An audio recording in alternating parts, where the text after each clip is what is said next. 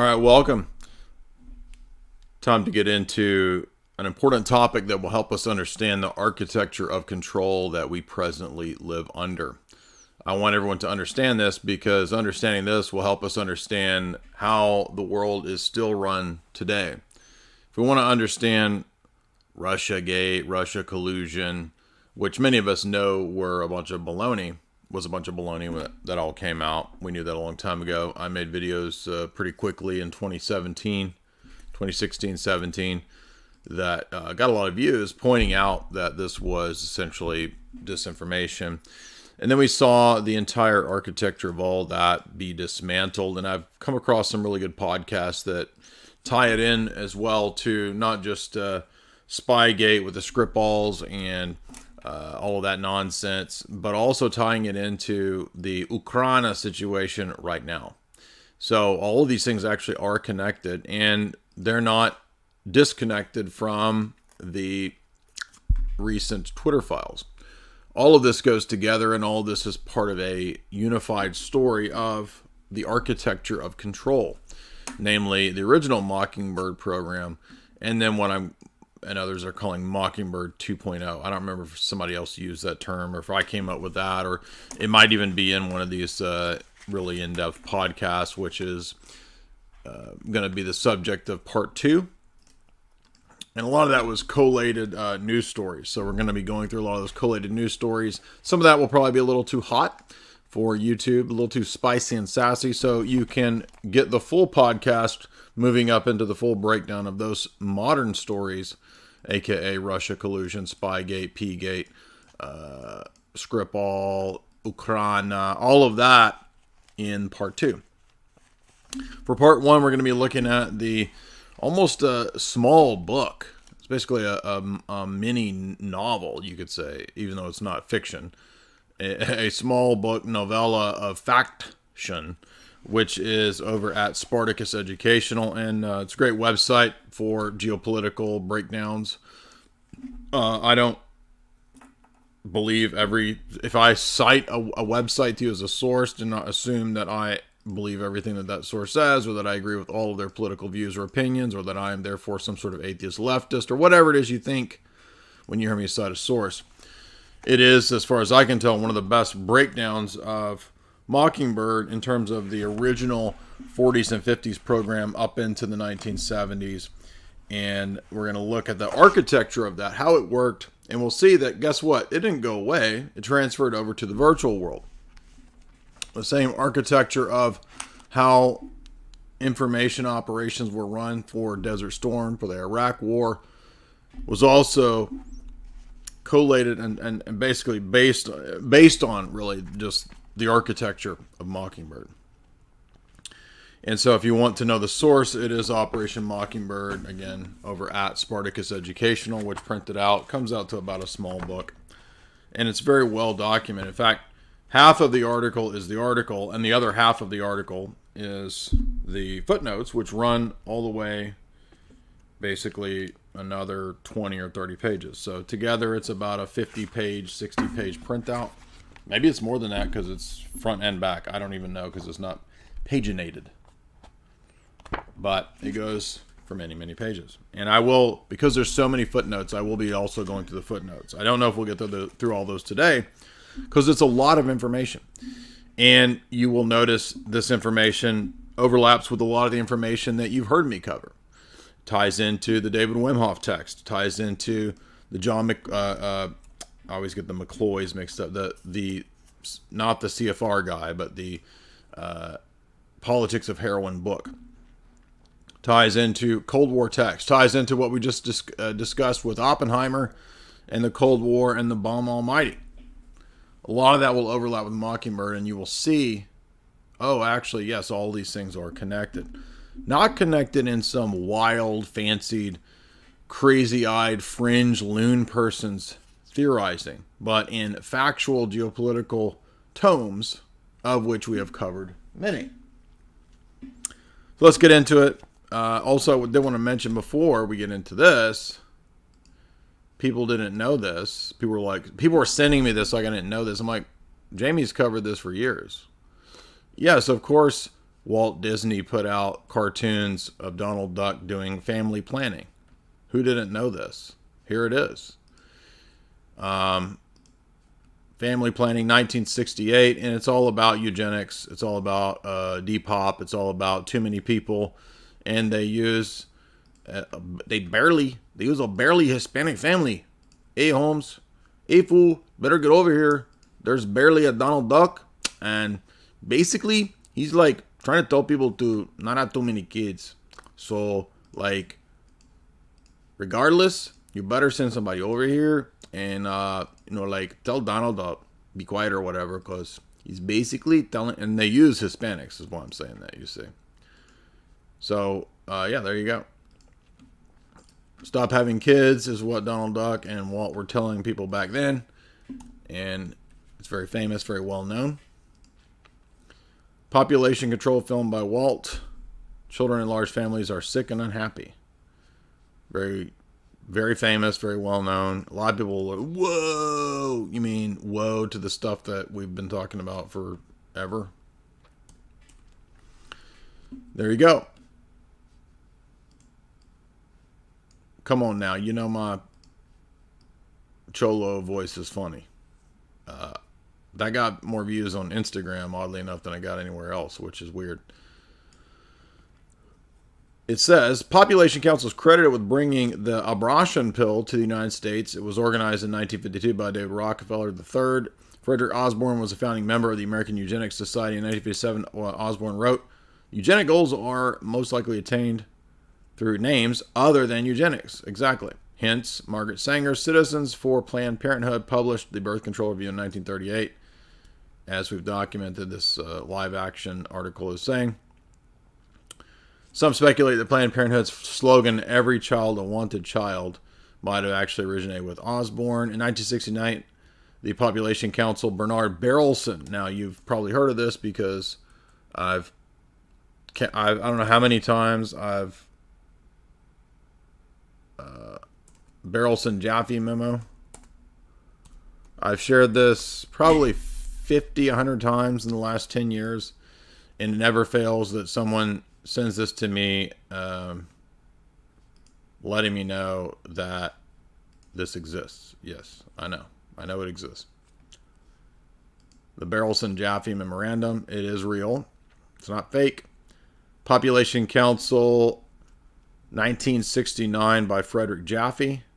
And the memo goes out, and it discusses, as you can see, on the left, restructuring the family. These are the goals for Planned Parenthood in 1969. So you can see from this that the SEX revolution had nothing to do with your freedoms. Your liberties had to do with social control. And we're going to see that that's exactly what Mockingbird is about as well. And I'm more than aware that Mockingbird was a Cold War project. I mean, initially, that's essentially what it becomes. I mean, you could argue that technically it's right at the brink of the Cold War, but it exists because of the supposed communist Soviet threat. But the problem is that the structures that are then ensconced, what we call the DEEP state, what we call the invisible government, was really entrenched due to and via the Cold War. The problem then is that, as Eisenhower pointed out, the military-industrial complex, which then controls this deep state, which is also essentially an adjunct of the giant banking dynasties, can then control the whole country.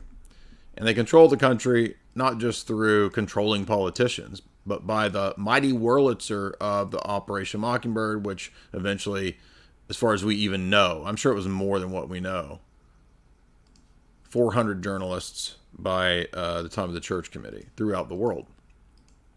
I'm sure it was more than that. But as you can see, yes, the Berelson Jaffe memo mentions restructuring the family, compulsory education of children, increased skittles, encouraging family limitation, fertility controls in the water supply, which we've talked about. Oh, I thought that was a crazy tinfoil hat thing. No, it's all real. All this is real. Modify the tax policies to make it harder to have children. On and on. Social controls. On and on. Everything we talked about. So please, you don't need to send me this. I've known about all this stuff for 20 years. So I learned about all of this as a newbie conspiracy person in 1999, 2000, 2001, somewhere in there. And then I got deeper into the geopolitical stuff as time went on. Population Council brags that Disney collaborated on this timeline, translating this film into 25 languages. So Donald Duck telling you to have abortions and limiting your family went out to 25 different countries.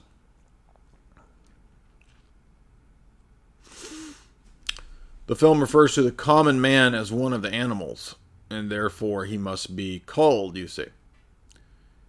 Here is the full essay breaking down this. You can go read this if you want to at this website. But that is not what we're going to be talking about today. I did want to cover it, though, because it again shows us the same structure that's running Mockingbird has as its operating philosophy what we're talking about. And here is the full video. You can go watch the Disney cartoon right there. So all of the people at the CIA that are going to be essentially running Mockingbird have the philosophy of Malthusianism, and that's what this is all about. And it also explains why a lot of people in the McCarthy period couldn't figure out what was really going on. And I think we should, we have to give some, cut some slack to those people because, hardly anybody in the 40s or 50s and 60s, unless you were in on the project, would know or could believe that this is what the invisible government was up to. Now that we have access to, just infinite information, we have more access nowadays. A kid has more access. Well, at least maybe prior to Google tweaking the algorithm, right? There was a window where a kid had more access than a CIA director in the 1960s or 70s, you see. To access to information. I'm not saying they're smarter, just access. And so, although this structure did give the internet, I think partly as an experiment to us, the military-industrial complex structure, I think they also realized that, okay, let's pull back on this, especially in the last 10 years, right? They started really scaling back, really censoring, really locking down based on where the information took them in terms of free flow of information by the internet. Hence, everything changing since 2015-16, since the Trump era. And Trump, as we know, becomes the great excuse for this. The bot farms, the Russian influencing of the election, all of which is complete bull. And why was all of that rolled out? Because of the upset. And we're going to see that the CIA, together with British intelligence, absolutely went into overdrive to concoct and come up with these narratives of Russia collusion, of P-Gate, on and on and on. And they spun all that and churned all that out exactly as they churned all this stuff out to go after people like McCarthy. Now, that does not mean that McCarthy had it all figured out, because it turns out McCarthy was duped into kind of this low-tier thinking of, oh, the commies in Moscow have all taken over the government. And even I think McCarthy couldn't fathom that, no, it's actually the Western moneyed elite, the Rockefellers and others, that are behind the leftist socialist turns in America. That's because a lot of people couldn't figure out what Fabian socialism is. And in fact, I think a couple of these British operatives that were running all of this Steele dossier, P-Gate stuff, they're actually Fabians. And why do I keep saying Fabians? Because as we'll read through this, a lot of the people can't figure out that even though the CIA was anti-Soviet, that does not mean the CIA was a right-wing institution. There may have been some right-wing people in the CIA. But as the recent publication in Foreign Affairs Journal or whatever it was that we've cited many, many times, CIA and the New Left or something like that, points out that no, the CIA was always pushing liberal ideas, leftist ideas. And its anti-communist stance and anti-Soviet stance does not mean that it was a conservative institution. In fact, it was a different type of liberalism. So let's understand that. What does that mean? In 1948, Frank Wisner was appointed director of the Office of Special Projects, which then became the Office of Policy Coordination. That, as we've covered, was the American CIA or OSS version of the British SOE, Special Operations Executive. So basically doing the black ops, the sabotage, and that's what it goes on to say. Wisner was then told to create an organization that would specialize in propaganda, economic warfare, preventative direct action, sabotage, anti-sabotage, demolition, extraction, evacuation measures, subversion, black ops, assistance to underground resistance groups, and supporting all indigenous anti-communist elements in the entire, quote, free world. So, okay, cool. So we're going to fight the Cold War, and we're going to do all these black ops and psyops. Well, isn't that good? We don't want the commies to win. Yeah, but does that mean that the people doing this, the people fighting this, are right-wingers? No, that's your mistake, Boomer. The people doing this and engaging in this are not right-wingers. Now, there might have been some of them that were right-wingers. But in fact, as we'll see, many of the individuals that were running these operations in the OSS and CIA were later suspected of being communists. Why? Because they were leftists. Because they were Fabians. They weren't Soviets, but they liked a lot of socialist leftist ideas, and many of them were committed Democrats. And remember, Fabianism is not anti-democracy. It favors all forms of alliances to bring about a socialism, even alliances, and especially alliances with big capital. The Fabians believe that capitalism is an aid to socialism, not an enemy.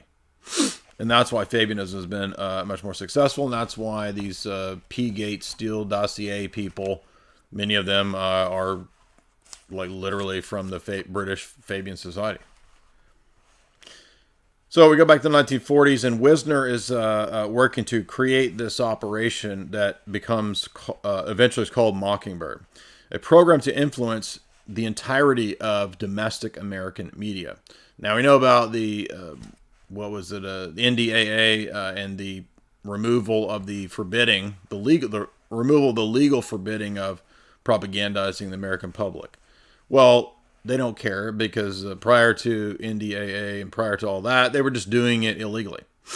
That's why Mockingbird was somewhat of a scandal, because it wasn't legal to do. And then they just said, okay, well, we'll get rid of the law against doing it. So there we go. Later that year, Wisner's first recruit was Philip Graham of the Washington Post. So the first paper to fold, become a mouthpiece for the OSS in the Cold War, was the Washington Post. Now, you say, but again, aren't these the good guys?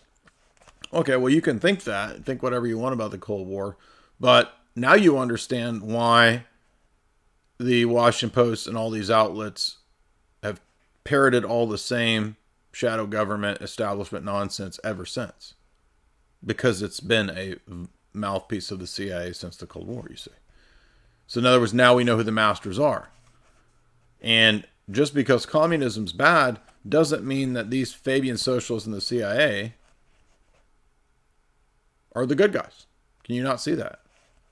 I mean, now you understand why the Washington Post, Katharine Graham, Philip Graham, and that empire has pushed all of the same garbage ever since. And it doesn't stop there. It becomes all of the giant media conglomerates. This is so big because, see the parallels now with Twitter files? Of course. It's the exact same operation. It's just transferred from the old print media over to online.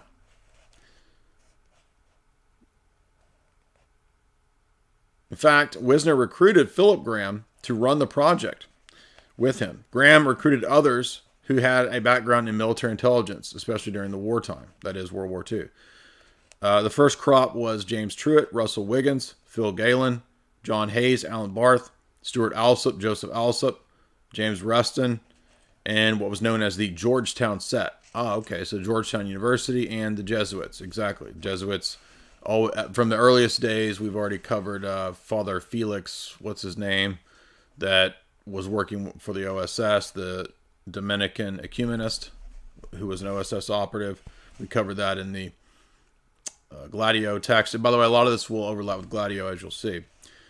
According to Deborah Davis, author of Catherine the Great, by the 1950s, Frank Wisner owned the respective members of the New York Times, Newsweek, CBS, and all the other communication vehicles that you might think of. By 1951, Allen Dulles persuaded Cord Meyer to join the CIA. However, evidence was that he was recruited many years earlier and was already spying on the liberal organizations and had been a member since the 1940s. According to Deborah Davis, Meyer became Mockingbird's principal operative. One of the most important journalists of this time for Mockingbird was Joseph Alsop, whose articles appeared in over 300 different newspapers. And this is I think the astounding part, is the list of the people in the is this still 40s? Yeah, late 40s, early 50s. All of these, the CIA was controlling all of these institutions. New York Herald Tribune, Newsweek, New York Times. C.D. Jackson was working in Mockingbird for Time magazine. And as we know from the Wim Hof book, C.D. Jackson was also running the doctrinal warfare program to co-opt the Roman Catholic Church to become an institution of Americanist soft power, together with John Courtney Murray, the CIA asset of the Jesuits. Walter Pincus, Washington Post. Walter Mitchell, New York Daily Mirror. Drew Pearson, Walter Lippmann. Interesting. There we go. Some Tavistock people. Chicago Daily News. Hal Hendricks, Miami News. Whitelaw Reid, New York Tribune. Jerry O'Leary, Washington Star. Again, Miami, Chicago Times. On and on and on. These journalists sometimes wrote articles directly commissioned by Wisner. The CIA provided them with classified information for help with the work. After 1953, the network was overseen by Dulles. So Dulles takes over in 1953 after Wisner. By this time, Mockingbird had influence in over 25 major newspapers and wire agencies. These were run by people like William Paley, exactly, who was also at CBS. Henry Luce of Time magazine steps in, exactly. Arthur Hayes, Schultzberger, New York Times. Helen Rogers, the New York Tribune. Dorothy Schiff, New York Post. Again, all of the major news organizations, dummies, do not get this. They're all just mouthpiece of the CIA. And the justification is, the Cold War. And that doesn't make communism good any more than I think Islam's good, due to the justifications of all the same stuff in the war on terror. Can you not understand that they're both bad? Can you not understand managed conflicts, managed dialectics? The Office of Policy Coordination was funded by siphoning off funds from the Marshall Plan. Some of this money was used to bribe journalists and publishers. Wisner was constantly looked at for ways to help scare the public of the dangers of communism. Enter in all of the nuke fears. Enter in the stop, drop, and roll. Get under your desk. Hollywood then began to produce films like Animal Farm, written by Orwell. Allergies going crazy today. So yes, if you didn't know, the CIA directly was involved in the production of Animal Farm. I mean, they basically said, we're going to do this.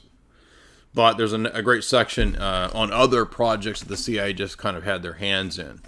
But some projects they actually just absolutely 100% ran. And this is also where we get Cecil B. DeMille being recruited along with Daryl Zanuck, and other members of Hollywood, including John Ford. Yeah, OSS filmmaker John Ford, Daryl Zanuck of 20th Century Fox, Cecil B. DeMille of Paramount were all part of Mockingbird, and that was due to everybody playing on the patriotism. And remember, it was Fulton Sheen who played the intelligence role of basically being a kind of handler advisor to Claire Booth Luce, who was doing a bunch of sex operations. And that's also covered by Wim Hof. So whenever I hear the Tradcats talking about Fulton Sheen and all his stuff, and I've read his books against communism, and I'm like, rolling my eyes, because I know that a lot of that was just hyped up, and a lot of scare tactics, fear-mongering, as is pointed out here in the Spartacus text.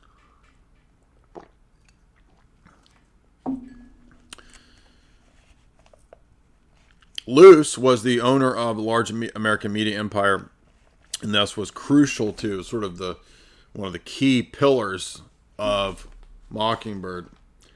For example, in the 1950s, 3,000 salaried contract CIA employees were engaged in propaganda efforts everywhere, particularly to promote two operations at this time: the overthrow of Mossadegh in Iran, and the installment of the Shah, Operation Ajax, and then the coup in Guatemala.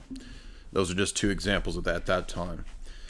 So Luce, we know a lot about Luce from David Wimhoff's text, which we lectured through, but Luce, of course, Skull and Bones, OSS Networks, Eastern Establishment.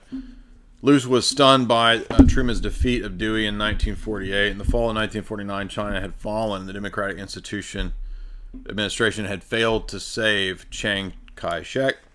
So we get the rise of Mao. But of course, it was the OSS that was training Mao's guerrillas, as it was later declassified. So Donovan was over there literally helping out Mao.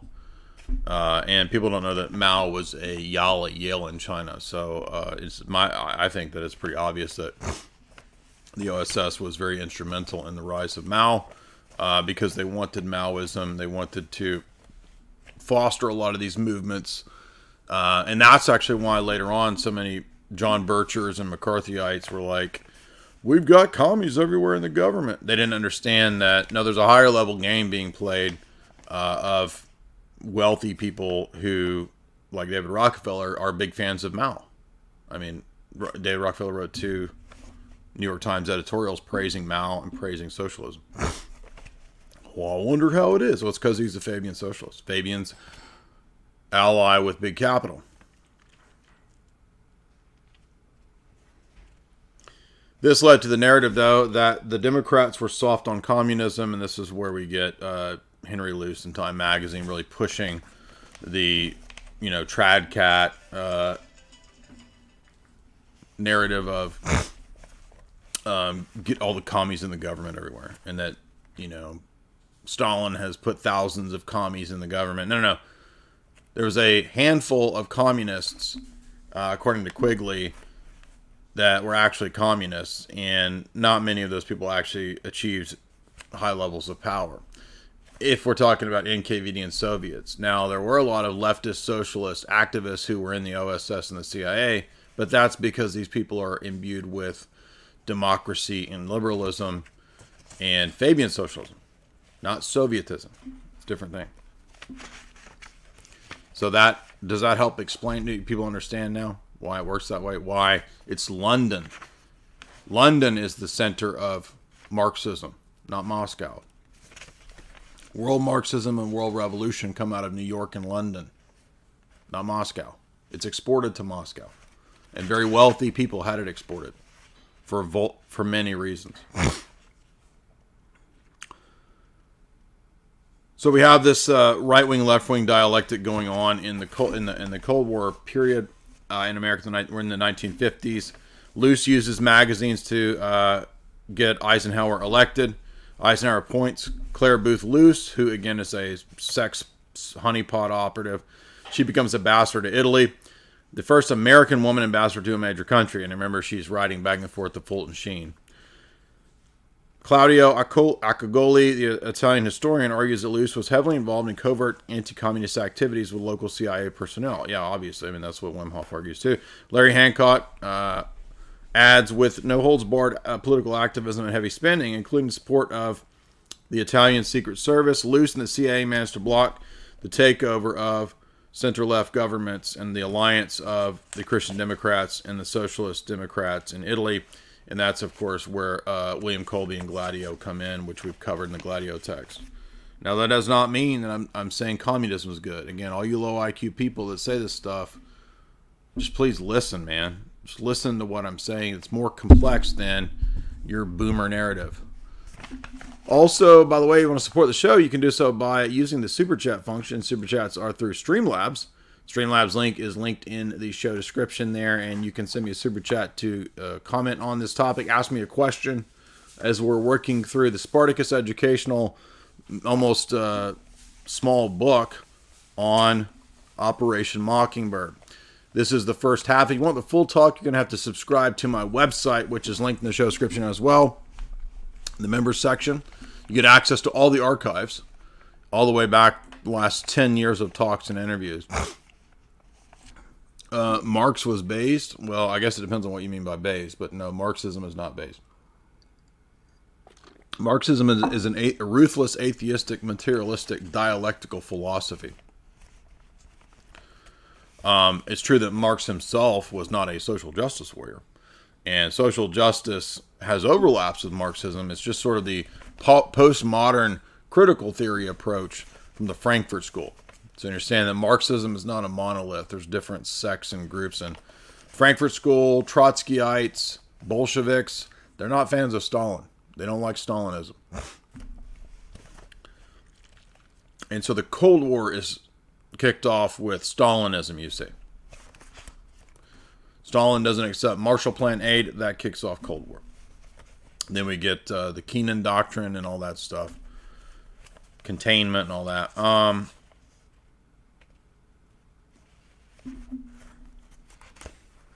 Here's an interesting book it looks like I should probably get. I never heard of this until I read this. The Spiritual Industrial Complex. America's Religious Battle Against Communism in the Cold War. Jonathan Herzog.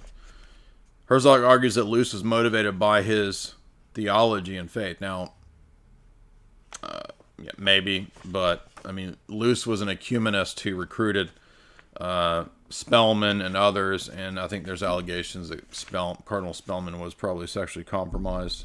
I forget who says that. Maybe Wim Hof, but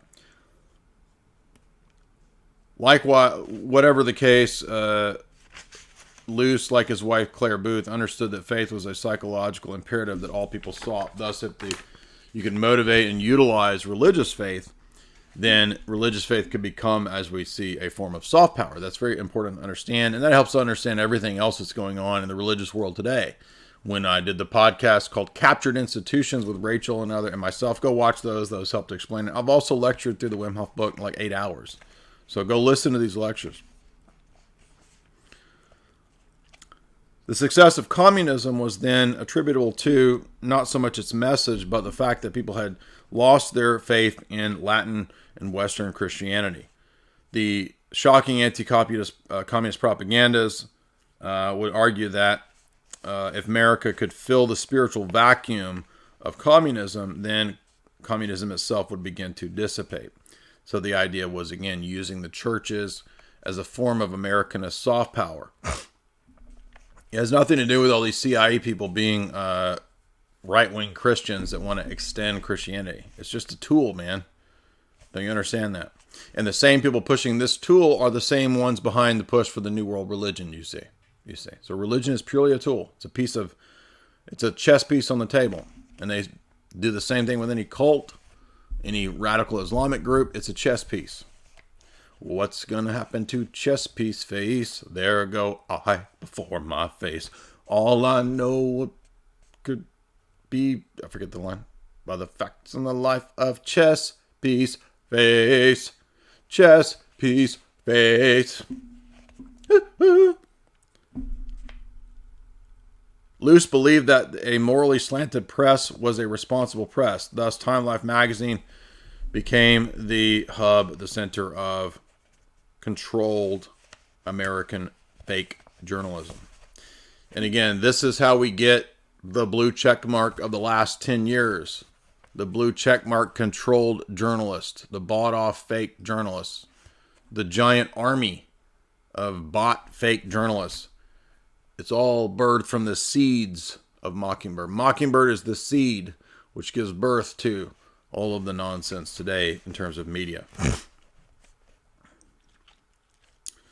Thomas Braden became the head of the International Organization Division and played a key role in Mockingbird in the 1950s. Many years later, he revealed his role. If the director of the CIA wanted to extend a present, let's say a gift to someone in Europe, maybe a labor leader, suppose we thought that this man might need $50,000. He works a decent job and we could give him $50,000. We had no limit to the money that we could spend and give to people, just buying them off. This was our secret war. It was a multinational secret war. Maybe it was a journalist. Maybe it was a labor union target. Maybe it was somebody in the Communist Party. And again, if you own the money printer, you just print all the money you want. 1952, the Office of Policy Coordination and the Office of Special Operations merged into the Directorate of Planning, the DPP. Frank Wisner became the head of this new organization, and Richard Helms was the chief of operations. Mockingbird was now the responsibility of the group called the DPP.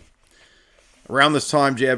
Edgar Hoover became jealous of the CIA grasping this power. He described the OPC as Wisner's gang of weirdos. Now we know, of course, Hoover was himself a weirdo.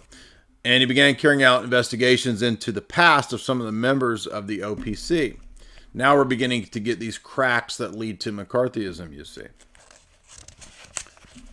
But what McCarthy and the John Birchers figure out eventually, which is too much for them to handle, is that it's not Moscow.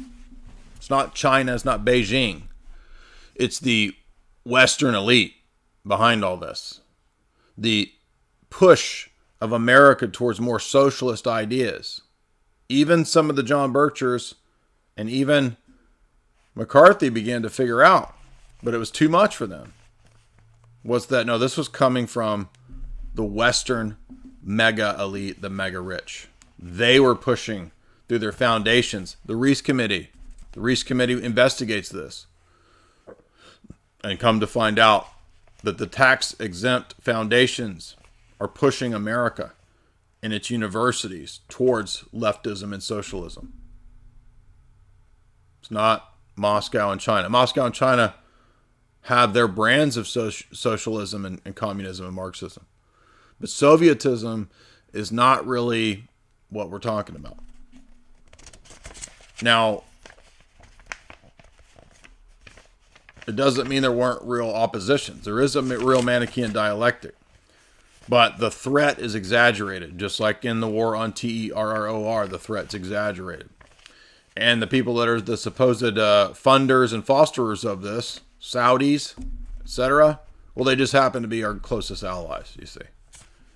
So, oh, wait a minute. We're really worried about the war on terror, but we're not going to do anything about Saudi Arabia, which is basically a major pusher for this stuff.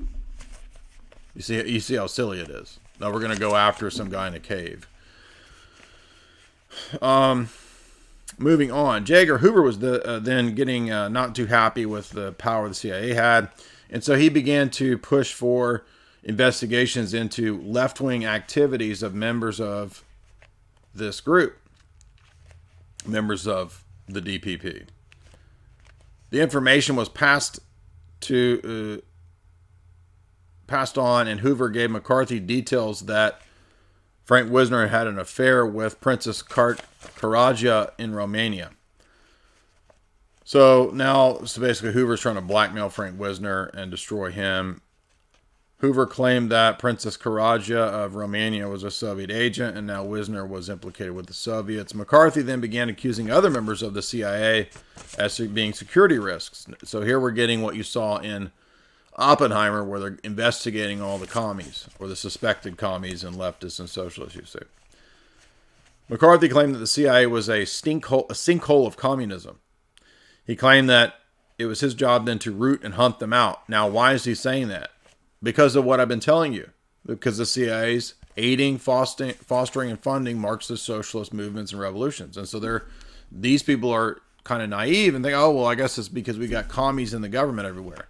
Not realizing that it's not Moscow and Beijing, it's Fabian socialism.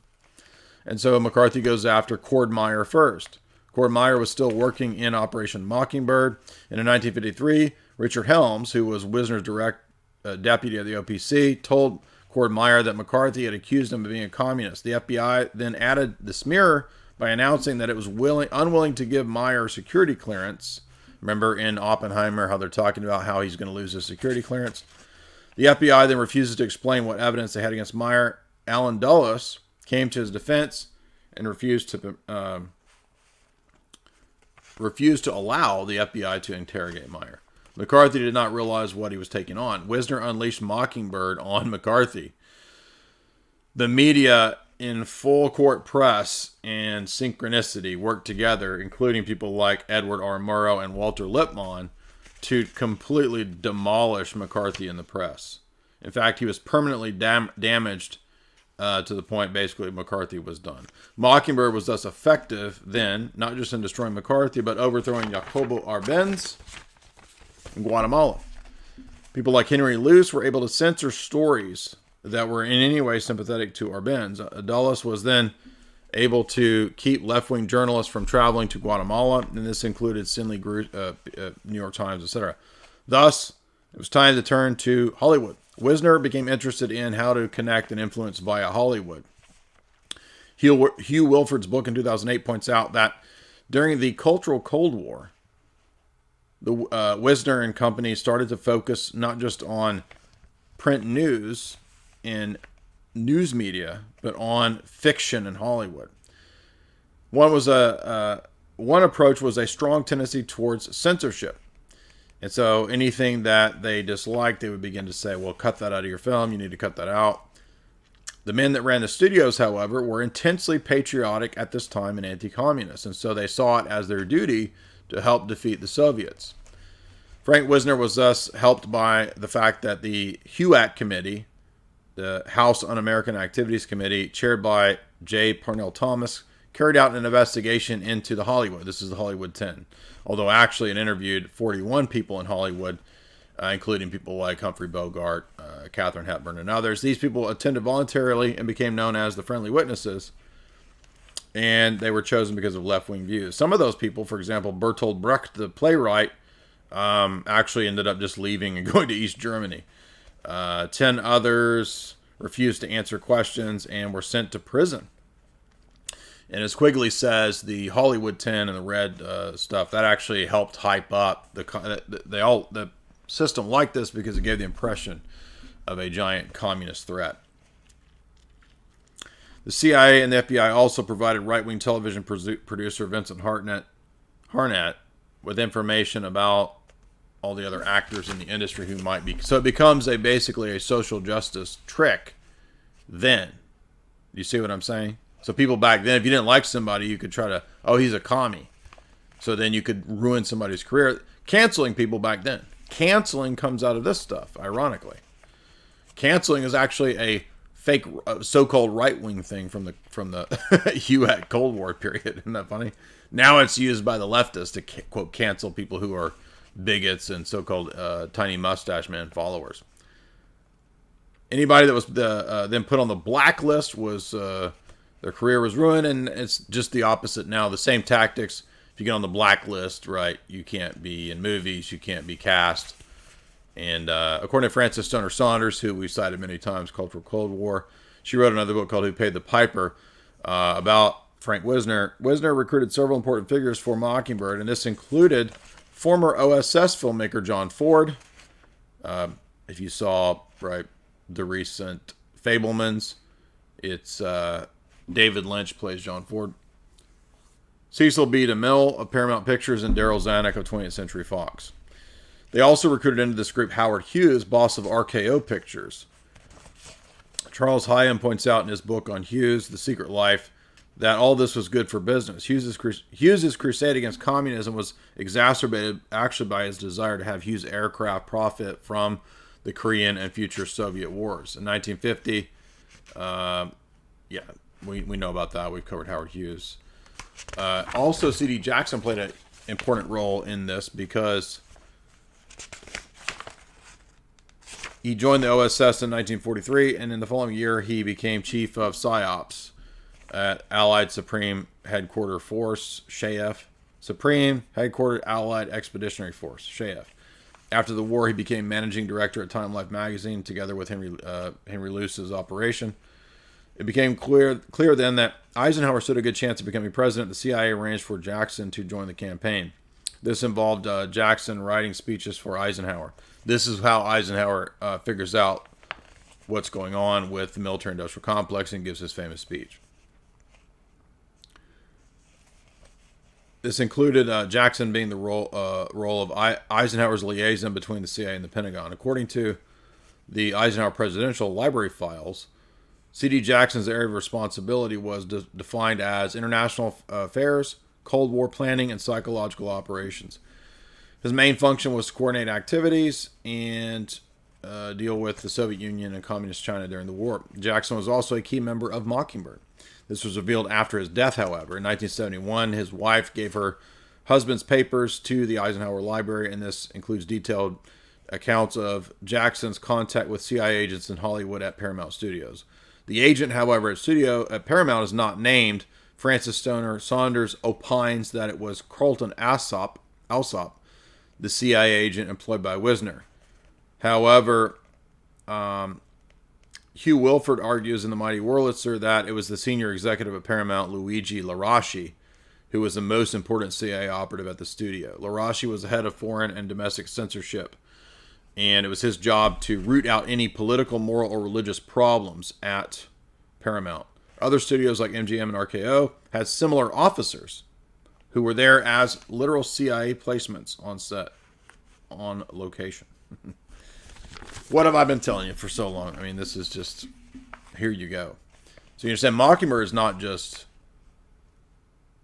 print media and boring ass news media, Walter Cronkite stuff. Well, Mockingbird is Hollywood too. I mean, this is esoteric Hollywood, you see. So the main objective of Mockingbird was to influence production of commercial films. The CIA occasionally also created their own film projects.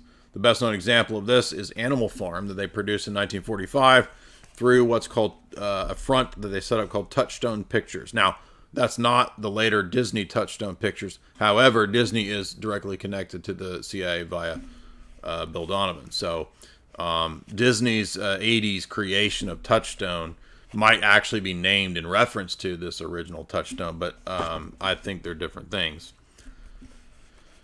In 1950, the Wisner OPC arranged for Joe Bryan to recruit anti-communist filmmaker Louis de Rochemont and produce movies. And this is how they went to Britain under cover of Touchstone Pictures. But in actual fact, Touchstone was a CIA shell corporation sent there to produce George Orwell's allegorical film Animal Farm. So just a little interesting piece of Cold War propaganda that you might not have known. Also interesting was that the CIA at this time was curious about how RACE relations would be presented in movies. And in fact, they were worried that the Soviets would try to capitalize on the idea that American films were not sufficiently equalitarian. And so the CIA pushed the studio, supposedly, to push all of the RACE stuff of all total equalitarianism throughout the productions. Graham Greene in 1955 published, for example, his story, The Quiet American. The novel is critical of America and its role in the Vietnam War. However, through the operations of people like Ed Lansdale, the meaning of the novel is actually completely flipped and turned into its opposite as now a pro-America propaganda film supporting the U.S. bombing and recruiting of Audie Murphy, I think, to play certain characters. So anyway, basically, The Quiet American becomes the opposite of what the book is actually about. And Graham Greene, who was a British intelligence operative, was mad about that. Supposedly didn't like the movie because it was opposite of what his book was. The book was trying to critique America, American foreign policy, and they turned it into a propaganda piece, which I have not actually seen The Quiet American, so I can't really comment on that. But I think, isn't that George Clooney movie based on it? Or is that different? I think that's maybe a different thing. That's called The American. Is that... He's just a hitman, isn't he? I forget what it is. The Quiet American. Graham Greene. This is a 2002 version of the movie. That's not what I'm looking for. There's an old movie too, right? Yeah, the 1958 Quiet American right here. And then the one with George Clooney, that's different. That's him as a hitman. That's not an assassin hiding out in an Italian village. That's not based on Graham Greene. Yeah, that's something different. But The Quiet American from 1958 is the Graham Greene story. And they utilize Audie Murphy because he was a war hero, and they just flipped the meaning of the movie, which is kind of funny, actually. Anyway, I guess Graham Greene didn't like that, but what does he care? He was a British spy anyway. So,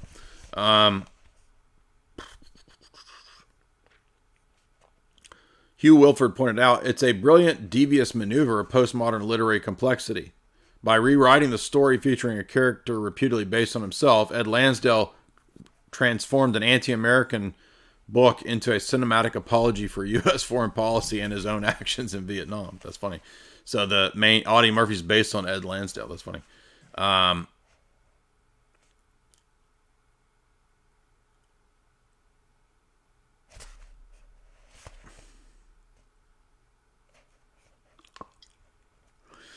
Eventually, Eisenhower becomes concerned about CIA covert activities. This is where we get the famous Eisenhower speech. When he refers to the military-industrial complex and the technocracy, it's because he was starting to figure this out. Doesn't mean that he's like some perfect angel person either, but he apparently did have some concern and was figuring some things out here, right? So now you know the background to the Eisenhower speech that everybody's always quoting, right?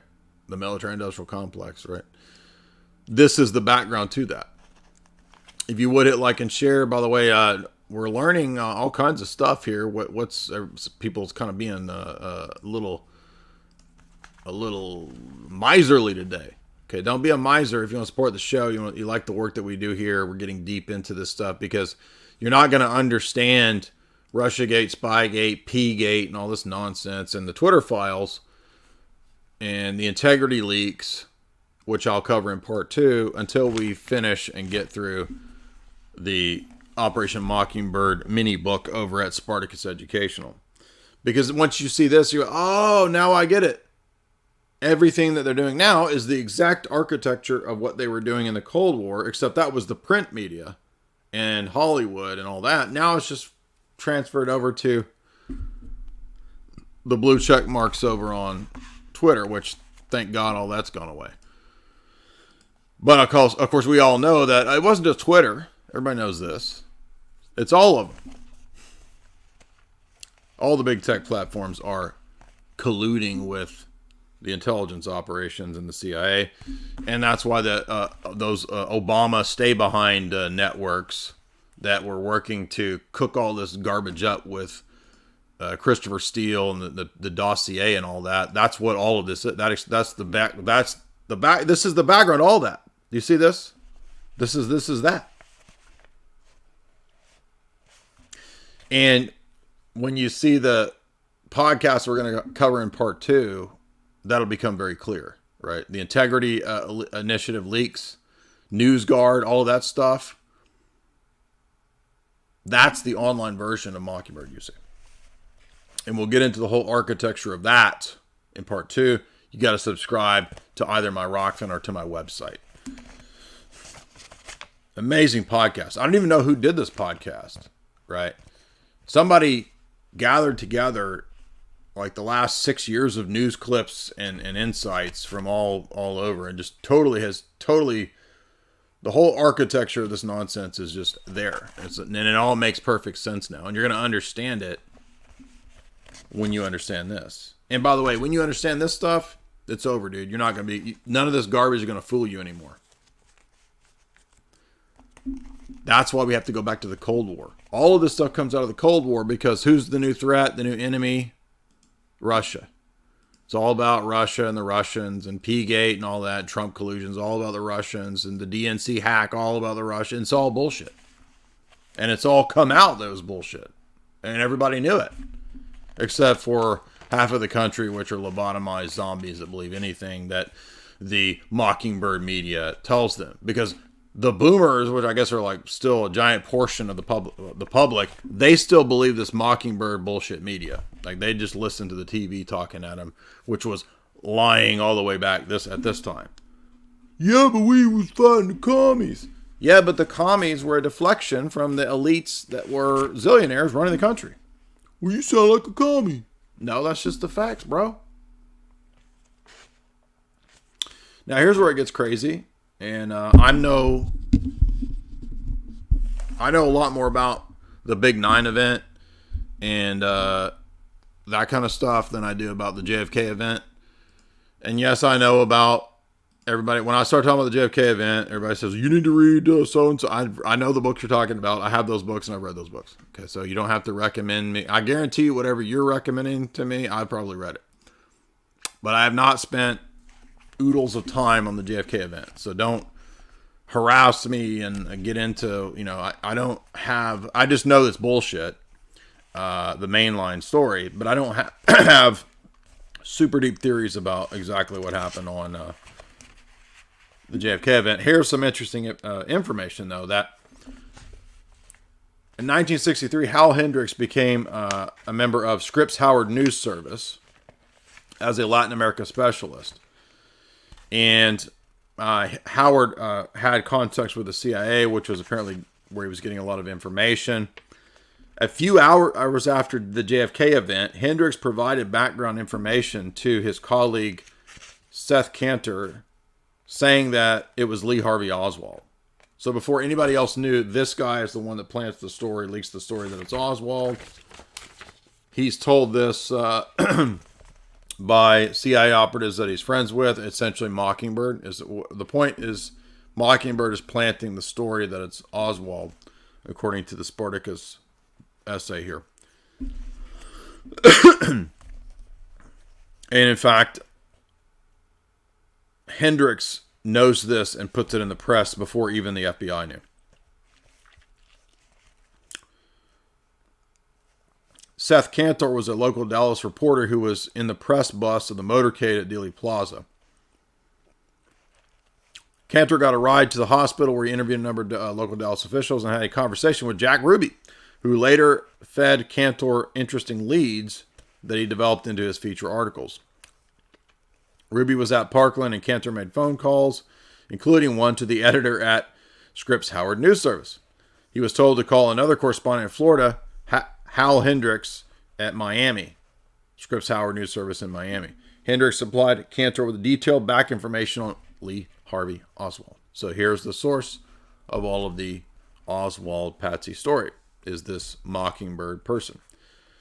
When JFK was assassinated, now maybe do you start to make some connect? Hey, maybe this is how we're told right away that it was OBL, Osama bin Laden. Osanka. I know his name's Osama bin Laden. I'm just being silly, but OBL. What do you know? Within 2 seconds, the establishment, it's OBL that did the Big 9 event. Oh, I wonder who planted that. Well, it's Mockingbird. It's the same stuff. The same structure. Plant the story. When JFK was assassinated, C.D. Jackson purchased the Zapruder film. What? C.D. Jackson purchases a Zapruder film for Henry Luce for $150,000 in old-ass money, which is estimated to be worth $900,000 in today's money. The agreement was made with C.D. Jackson that when it was published for Luce Publishing, only individual frames of the Zapruder film would be shown, but never the entirety. Oh, like the Big 9 event, and you get 2 or 3 frames of the airplane hitting the Pentagon. So you don't get to see. Exactly.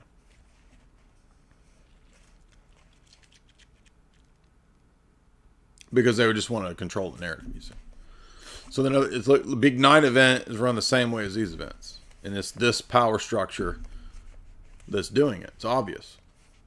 As Peter Dale Scott argues in Deep Politics and FJFK, C.D. Jackson, on the urging of Allen Dulles, employed Isaac Don Levine, a veteran CIA publicist, to ghostwrite Marina Oswald's story, and this story never went to print.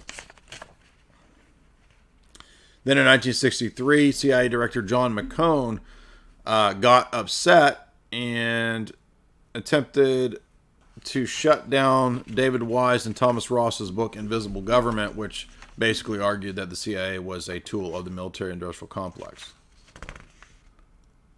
and that the CIA was being used on the part of private corporate interests to overthrow Mossadegh, Jacobo Arbenz in Guatemala, and Sukarno in Indonesia, obviously, and other covert operations taking place in other nations. So it's starting to come out, and they just basically they were going to buy up every copy of the book. That was one of the strategies that McCone came up with, was to buy every copy of the book. But the book came out. This is one of the first books to argue for the deep state in 1963, Invisible Government, and it argued correctly that the invisible government is made up of many government agencies and people, including the intelligence branches, the State Department, the Army, the Navy, and the Air Force. However, the most important organization in all this was the CIA. John McCone attempted to stop Edward Yates then from making a documentary, presumably, I guess, based on this book, for NBC. At that time, the attempts failed, and NBC did broadcast the first critical of the CIA documentary. Then it came out that the CIA was funding a host of student organizations. This is in the Wim Hof, not a Wim Hof, it's in the Stephen Dorrell MI6 book, because there's a whole chapter on the Congress for Cultural Freedom and Ramparts Magazine and all the student organizations, which is all run by the state. Now, I mean,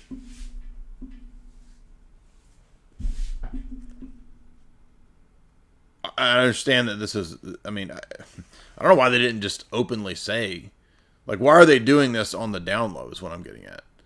You know what I mean? Like, why don't they just say, yeah, we fund all this stuff because we want to support Americanism? You know what I mean? It would have been, to me, it would have been smarter to just openly fund all this stuff. I don't know why it was, but I guess there would have been, they thought there would be backlash because congressional funding shouldn't go to partisan. I don't know. I don't know why they didn't just outright say, yeah, we're going to fund this stuff. I mean, but this ties into Gladio, because some of the people involved in these organizations then, including, I think, Cord Meyer, I think he comes up in the Gladio book. But moving on, by the way, if you would support the show via the Super Chat functions, hit like and share. I'm only going to read your questions or your comments if you support the show via Super Chats. So that's how we keep going here. That's what pays the bills, and that's what keeps this information churning out. By the way, we got big debates coming up in the next 4 days or so, few days. This Friday, I think, is the Daniel Hikikachu debate. So that will be coming up. Look for that big debate. And there might be some other Muslim debate down the road, but I never know if these people are actually going to do anything. I mean, Sneeko says, I'll have him on, but nobody ever reaches out or says anything, so I doubt that it'll ever happen. There was supposed to be some kind of Muslim debate on Pearl's thing. I don't know if that'll happen. We'll just have to wait and see. CIA was also not happy about the publication of Alfred McCoy's book, Politics of Heroin in Asia. Yeah, exactly. Because as we saw from Gladio, all these operations are funded with drug money. That was the genius idea of people like Lansdale and Paul Hellyer. They came up with the idea to fund all the black ops with drug money. And then that came out via the Politics of Heroin book by McCoy, and that didn't make the CIA very happy. This leads to eventually Church Committee. So Church Committee, Frank Church investigates the intelligence activities, and this is where the famous clip of the heart attack gun that you've all seen. And Frank Church discovers that CIA currently maintains a network of several hundred foreign individuals around the world who provide intelligence and influence opinion through the use of covert propaganda. Shocker. And at that time, the 1970s, worldwide newspapers, periodicals, press, news agencies, movies, the budget was $265 million of taxpayer money. So maybe that's why they didn't want to openly admit they were up to this, because if they openly said, oh yeah, we're funding all this stuff, how much is it? $256 million of 1970s money of taxpayers. Frank Church showed that the CIA policy to use journalists in a clandestine way through blackmail or anything, whatever they wanted, buy them off. It's the easiest way. was to get information disseminated throughout the United States. As well as, so it wasn't just domestic, it was also foreign. It was worldwide. And everybody's seen, I'm sure, the church committee hearings. That's what this is about.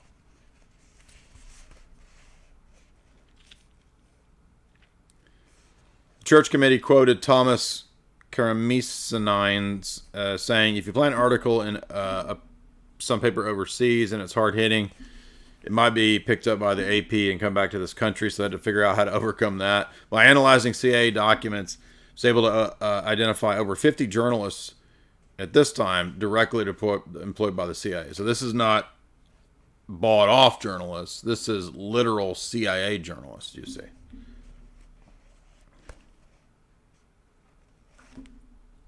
Like directly employed by them. Not just the ones like, hey, plant this story, please. Here's $5,000. Church pointed out this was the tip of the iceberg. Exactly. CIA refused to provide the names of any of the agents and assets throughout the media.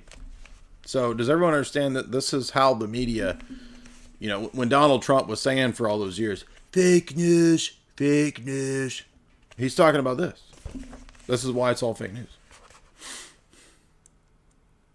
That partly is why this operation went after Donald Trump. That's why they came up with all of the P-Gate and all that nonsense. Frank Church identified E. Howard Hunt also as an important figure in Mockingbird. Now, why is that relevant? Because we just covered Tom Coon. Did you all not watch Dead Reckoning? Mission Impossible? E. Howard Hunt? Ethan Hunt's based on E. Howard Hunt.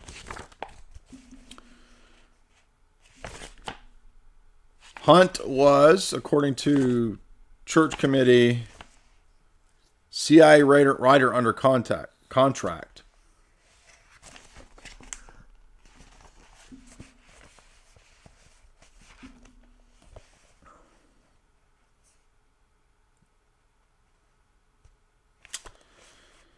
In 1976, George Bush Sr.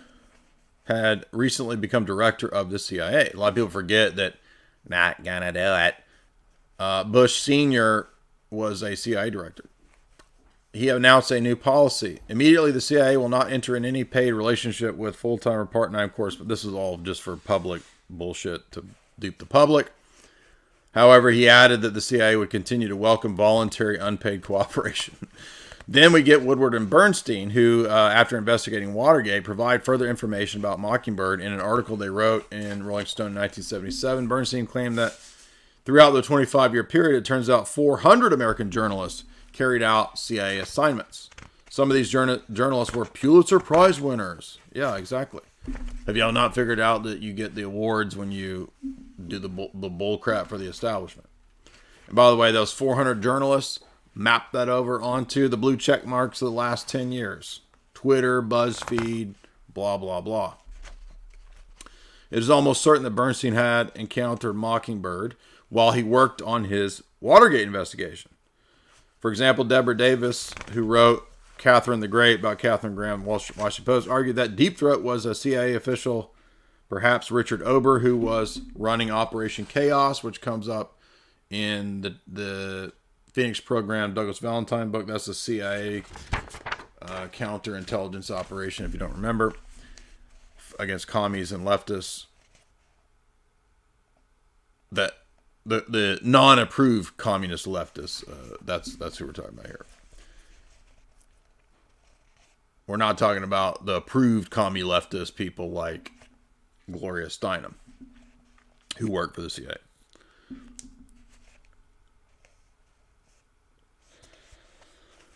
Then it talks about just them ruining other lives of other journalists. Some guy getting his car bombed and unalived. Operation Mockingbird was never shut down. Supposedly it ended in 1976, but in 1998, a person named Congus, I don't know who Congus is. Congus argued that CIA asset Richard Mellon Scaife, who ran the World Foreign Features news service, was actually a CIA front. 1999, Congus was found unalived. Interesting. So, I guess he found out that his information was accurate by his his car going pop, pop. So that's the first half. Hopefully you guys are that, and that carries us all the way up until the 1990s. And in the second half, I will get into the footnotes because there's a lot of details in the footnotes. Remember, this little novella here has basically the other half is footnotes. So it's another 30 or 40 pages of notes and excerpts from the main text, the 20 or 30. How many texts did he cite? Let's see how many books he cited. Quite a few. Looks like about 20 books. So we'll look through. This is John Simpkin, is the our author of this for Spartacus Educational. So hopefully you enjoyed our introduction. Like I said, in part 2, we'll get into the entire architecture of Spygate, the Steele dossier, all of that, how it worked together. You're going to find a lot of overlap with stuff that we've covered in the last several years as well. And I would ask you guys, too, if you want to support the show, head on over to chalk.com and make use of the promo code JAY50. That's CHOQ.com. Chalk.com has the best supplements out there available for anybody who's interested in really making a difference in their health, really making a difference in their body, their frame. You want some of them thunder thighs, you want some of that toxic masculinity, then head on over to chalk.com and get some of that She Legit to focus your mental powers. Mental focus and clarity with She Legit. Jamie loves that. She takes that and reads books like a mad woman. 7 Wonders, 7 excellent mushrooms that are full of vitamins and minerals that you can't get anywhere else. Our diets in the West are severely nutrient deficient. So you make up for that with supplementation. And chalk is the best for supplementation. I recommend getting the 7 Wonders. I recommend checking out the Tonkat Ali, which is great for boosting testosterone. Proven in studies over there at Chalk to do that. If you don't know what you need to get, maybe you're a lady, you want to test out something to balance out hormones like the Irish moss, something like that. Maybe you want to boost your energy levels, the Action 2.0. Use the promo code JAY50, and you'll notice they have stacks over there. Stacks for men, stacks for women. That's their recommended supplementation project over there at chalk.com. Best company out there. We love them. Long time, 2 years now. 2 years of Chalk sponsorship, and I can't recommend it enough. Now, if you want regular recurring subscriptions, use the promo code J53Life. That's JAY53LIFE to get recurring subscriptions, and you also get a little more of a discount, kind of like the way, Amazon sets it up so that you can get stuff just coming every month and you don't have to put in all your information. Well, Chalk offers that with recurring subscriptions using the promo code J53Life. That's J53LIFE at chalk.com. 53% off. You can't beat that. Now, also, shout out to Grand Theft World. Shout out to Richard Grove. My philosophy course is still there, still available. Head on over to Autonomy Agora Marketplace, which is in the show description, and you can buy my full Western philosophy course. That's 25 to 30 hours of lecture material, many more hours if you count all the Q&A of the first season, and you can get that full course, the masterclass on Western philosophy from myself over at Autonomy University in the show description. You can also still get access to the Red Book, my 600-page book, 660-page book, all the geopolitical and philosophical essays there. And you can also get my other books, signed copies. You can subscribe to me over at Rockfin as well. So this part 2 will be up in the next 2 days. Don't message me asking me tonight, where's the part 2? Don't ask me tomorrow. It usually takes me a day or two to put the part 2 up. Also, the Red Book is on back order, and I've ordered a whole bunch of them. They just haven't got here yet. So if you put in your Red Book order in the past few days, there's no need to message me and ask me where the book is. No, I didn't lose your order. Yes, every book is signed. So every day I get asked the same questions. Every book is signed and autographed. I haven't forgotten your order. The Red Books are back ordered. You're going to get it. Don't worry. Just be patient. Storm the Cat, $5. I sigh out my friends into watching your videos. Boom, that's what I'm talking about. Take those psyops and put them to good use. Spirit Sama, $5. I'm sorry if this is off topic, but somebody who has never studied philosophy, what if they say that philosophy is subjective and it can't be used to make a claim that a certain worldview is correct? What would you say to this? Well, that's the great thing about philosophy, is that what I teach you to do is presup And that's one of the classic great comments to precept. So it doesn't matter whether you study philosophy or not, because if you say that philosophy and everything is subjective, then that's a truth claim that is a universal truth claim. So it's a self-refuting claim. You can't say everything is false, because that sentence itself, or everything is relative, that sentence itself would come under the domain of everything. Oh, okay, so it's not true that everything is relative, you see. Buff Tuckered and $10. If people accept that Tiny Mustache Man contained seeds of his later actions in his book, why do people deny that books by the elites function in a similar way? I think that there's a lot of things going on here. One thing that's going on is that, number one, nobody knows this stuff in an academic level unless they study things like international relations. So to read Brzezinski or Kissinger, you're going to be doing like a graduate degree in international relations. Okay, how many people do that? Not very many, right? So that's the only people that are exposed to those level of writers and books, right? The Brzezinskis, the Kissingers. So that's one thing that's going on. Another thing that's going on is that for many years, a lot of this information was kept kind of in an insular way amongst members of the establishment. Nobody in the general public, Joe Sixpack, is never going to read Tragedy and Hope. Joe Sixpack watches football. He doesn't come home and read 1,300-page books. So they weren't worried that there was going to be some mass awakening.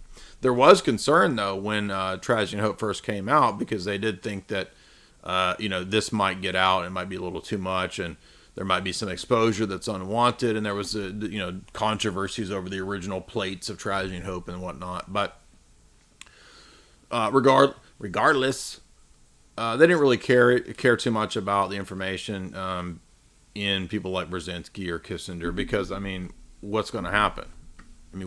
What are you going to do? Like, what, Joe Sixpack's going to read Brzezinski's Technocratic Age book and do what? Stage a protest? Nobody's going to listen to Joe Sixpack. Nobody cares what Brzezinski wrote. So that's just one level. That's just the sad realities of people don't care, and they're not going to read these books. Other things that go on, like the same people behind Mockingbird were the same people that weaponized the term conspiracy theorist. And so that became a pejorative after the JFK event. And so anyone questioning JFK, they weaponized the term, oh, you're one of them dumb conspiracy theorists, which has forever since been a label. And when we get into part 2, we'll see that the updated version of the weaponization of the term conspiracy theorist is known as cognitive infiltration, the Cass Sunstein essay, which actually deals with a lot of philosophy. I've been talking about the Cass Sunstein essay for 10 years. I read it 10 years ago, and it's another example of updated versions of Mockingbird 2.0. Travis, $100. Could you analyze the film Anna to the Infinite Power? Anna, I've not heard of that. Well, you gave me $100. I guess I got to look at it at least. Anna to the Infinite Power. Hopefully that's not some thing that is going to get me in trouble for mentioning. This might have a possible connection to the later assassin film Anna. Now, I did do analysis of Anna, because I think we did on one of our spy movie breakdowns, because that was Luc Besson again returning to his sort of worship of female spy goddess people, right? Because you remember he did La Femme Nikita, and then he did Anna. I think you and Jamie are the man for the job of analyzing Anna to the Infinite Power. It is a girl cloned from a scientist and has connections to Luc Besson's Anna. Interesting. Anna, I've never heard of this, but there were some interesting MK Ultra honeypot revelations in Luc Besson's Anna movie.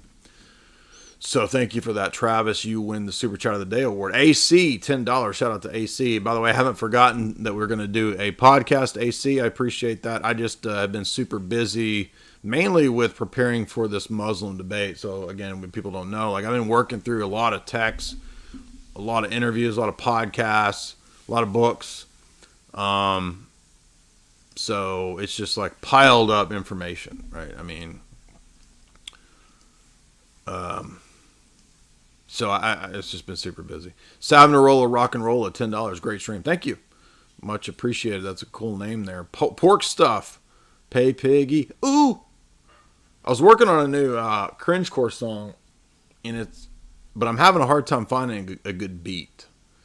I've decided my next cringecore song is going to be, I decided this weeks ago, and then Tristan sent me a clip today, which was kind of funny because it was not exactly my idea, but somebody was spoofing 90s EDM.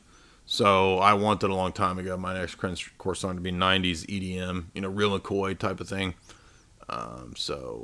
But I got to find the right. It's actually kind of hard to find the royalty-free 90s EDM. It's just hard to find stuff like that. Captain Slowboy, $5. Thank you, Jay. What would your reaction be to the information? To what information? To this? The only thing I can think of is to live my Christian life. Okay, yeah. I mean, I guess there's a lot of different ways that you could react. I mean, it's not my job to tell you how to react. My job is to analyze these things and try to distill it and digest it for you guys. And hopefully we can get more and more accurate in understanding how the world really works. So, one thing we could learn from this is that detach from all this establishment crap. That's the lesson number one. I enjoy Eddie Bravo's perspective that if you can't see what's going on at this point, there's no helping you. Yeah, it could be. Yeah, that could definitely be the case. Jonathan Miller, wow. This is Moses, Chattanooga. I got stuff for you. Well, hey, thank you, man. You don't have to give me those big fat super chats like that, but I appreciate it. And say hi to Dean for me. Captain Slowboy, $5. I took my wife to see Mission Impossible. It was entertaining. Yeah, it is a good movie. See, I've been trying to tell people this. There's a lot of predictive programming. It's pretty revelatory. Do you have predictions for what part 2 will be? Who knows? The whole Chat GPT AI element was fascinating, but I don't think that means AI is sentient. So don't misunderstand. I'm not saying that. Why are these big budget movies obsessed with killing God? I think there's a pretty consistent theme in Tom Coombs movies of Gnostic stuff, right? He's the Promethean figure rebelling against the demiurge, and in this one, the demiurge is the AI program they call the entity. Spirit Psalm at $1. Thank you. The person claim African philosophy is better than Western philosophy. What is the difference? Well, did Western philosophy build civilizations and running water and like electricity? You tell me what the difference is between that and other non-Western philosophies. And doesn't mean that the people are bad. It's just a fact of which philosophies comport with reality to have their engineering put to the test to stand the test of time. If you would hit like and share and support the show via Streamlabs Super Chat. You can Super Chat me at any time. I'll just read it next time if you try to get the Super Chat in there too late or something like that. And don't worry, just come to the next stream and I'll read it next time. If you would hit like and share. Also, I rely on you guys to share. We don't get a whole lot of algorithmic support, so you need you guys to share it. Hopefully you enjoyed this overview of Mockingbird. It's a key piece of understanding how the media is controlled, and it will be a model thing for how that's Mockingbird's transferred over to the internet. When we look at the last 8 years of post-Trumpian media breakdown and meltdown, and it'll all make perfect sense to you. And you can get the second half of this by subscribing to my site at jaysanalysis.com in the show description links, or by subscribing to my